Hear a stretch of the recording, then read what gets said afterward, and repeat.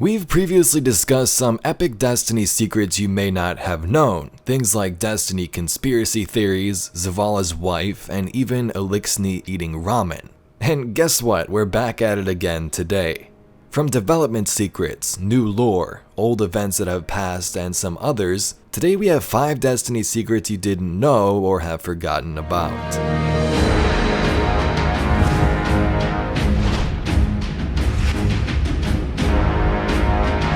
The Queen's Wrath event. On September 23, 2014, Destiny received one of its first events in-game called the Queen's Wrath. This lasted until October 6th, and it consisted of missions and bounties provided by Queen Mara Sov, whom you first met in the campaign at the Reef. Here you would track down enemies of the Reef for special rewards, which usually turned out to be some rare and legendary gear. But what some players may not have known or forgot about is that this Wrath was none other than Petra Venge, and this was the first time we met this character. We always hear Mara refer to Petra as her Wrath, but at this time we never actually had a face reveal, just this awoken character with a mask or helmet on in our tower with their ship. This event never did return, although it was planned to, I believe, around the Taken King, and Petra would then reside at the Reef in future expansions where bounties could be completed and acquired from there. Destiny was a fantasy game.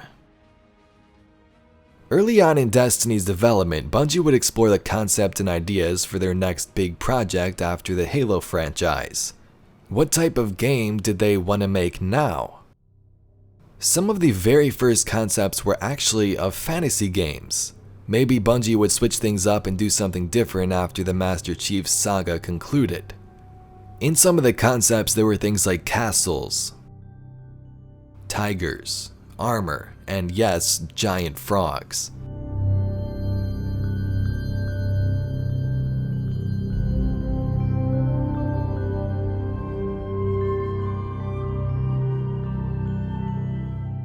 Ultimately, it was decided that Bungie was pretty good at making sci-fi action games, so why not take some of these fantasy ideals and merge it with space magic? I guess it turned out to be a pretty good idea.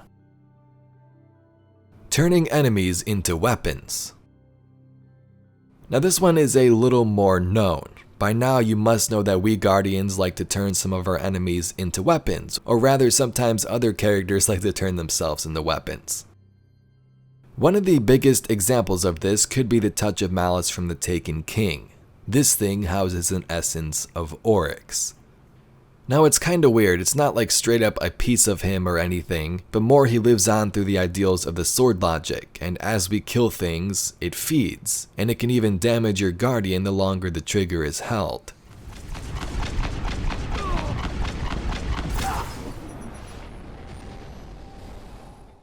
This was actually foreshadowed in the Books of Sorrows, where Oryx knew that this weapon would be built and that he could possibly live through it forever. There's also some other examples, like Zol doing the exact same thing Oryx did, but in the Whisper of the Worm. Our kills would feed the Worm God. So those are some Hive gods, but what about other examples? Well, a member of Eris's Fireteam named Omar Aga actually had his soul trapped in a Hive bug, who was then turned into the power source for the Xenophage exotic.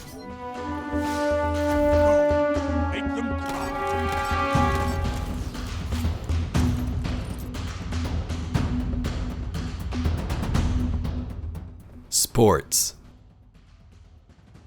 You never really hear much about sports in Destiny unless you read the lore. But many sports do take place in the last safe city.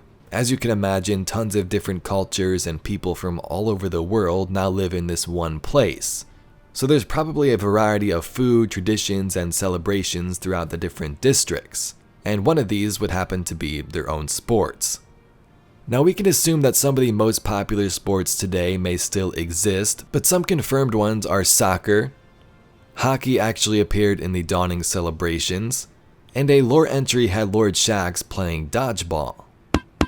A little lesser known one could be back from the Taken King, where there was a secret room aboard the Dreadnought where apparently the Hive liked to play basketball.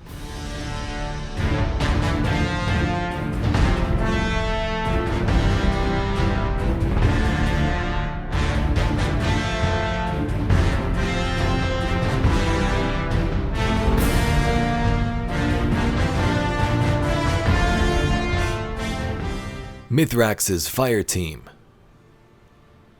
Previous lore mentioned that after 0 Hour and escaping the House of Dusk, MITHRAX was actually a part of a fireteam of guardians, a warlock, a hunter, and MITHRAX. In a lore entry, the fireteam ventures to a shrine for Seer Ido, where MITHRAX pays his respects to a friend that he once had, one that had saved him. This fireteam may have went on some other adventures, but we get an update on the current status of the group in a Season of the Splicer entry. This comes from the Compass Rose shotgun from the Solstice event. In this tab, the two Guardian members are meeting with Commander Zavala. They talk about the Elixni living in the city, and then Ikora walks in and speaks. When I heard MITHRAX'S old fireteam had come to the city, I was surprised to see you here rather than down there with him, Ikora says, though she isn't truly surprised. Have you given him your regards? With everything that happened on Europa, ma'am, we didn't think it prudent. There's still raw emotions, and with everything going on right now, it's been hard to connect with him, the warlock admits, giving the hunter a concerned look. Ikora regards them for a moment, then nods and approaches Zavala. Family struggles can be challenging, Ikora recognizes, her hand in the back of Zavala's chair, even with found family. But I have faith you'll find a way to work it out. So the Guardians had some sort of falling out with MITHRAX. Ikora then asks if the two want to assist another Guardian, a newly admitted hunter who is a long-range scout. When the two ask Ikora who this Guardian is, she says it's complicated. So giving a first glance at this could be the Crow. We know he's a scout now, and it would be pretty cool to see him with fireteam members and interact with them in future lore cards. Aldrin Sav is dead. Ikora spoke those words when I offered her the news of Crow's unmasking. She already knew, of course, as did Osiris. And you. Without trust, we become like the Cabal, fractured and consumed from within. I've sent your friend on a reconnaissance mission while I determine the best way forward. I've officially been commissioned as a recon agent by Commander Zavala. He wants me to track down the conspirators who tried to sabotage the ceasefire. Anyway, Guardians, that's all we got for today's video. Hope you enjoyed some of these secrets and facts from the Destiny universe.